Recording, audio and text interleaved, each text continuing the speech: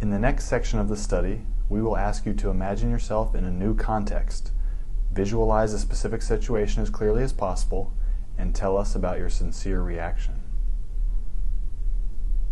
Please imagine that instead of being at Vanderbilt, you are at a completely different and unknown university.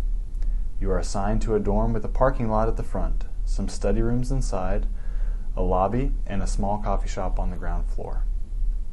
During your first year in college, you've had some experiences from which you can tell something about the levels of solidarity and trust among those who live in the dorm with you. Here are two typical examples. After a Friday party, the RA of your dorm sends an email saying that the halls and common areas of the building are very dirty and that they need to be cleaned before Monday, or everyone will be fined severely. During the weekend, all the people in the dorm cooperate to clean up the halls, and you manage to avoid the fine. You walk by the laundry room and you see a guy's wallet slipping out as he puts his clothes into the washing machine.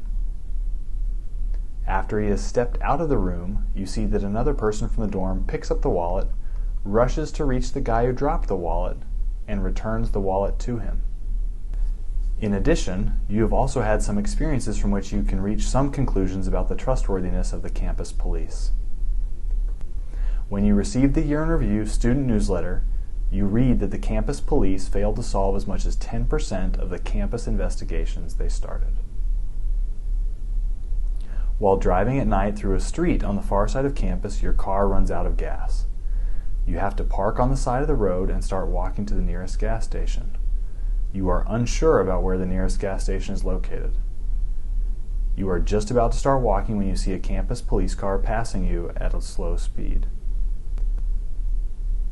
You wave to the officers to stop and ask them for directions and help, but they only stare at you and pass by.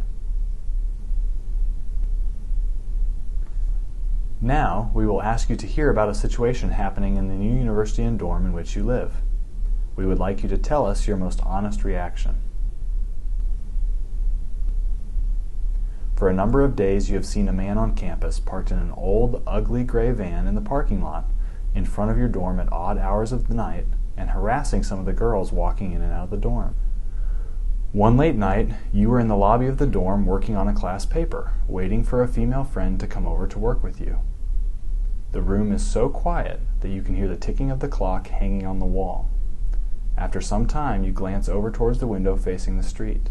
It is dark outside, and only a single lamppost illuminates the small parking lot next to the building.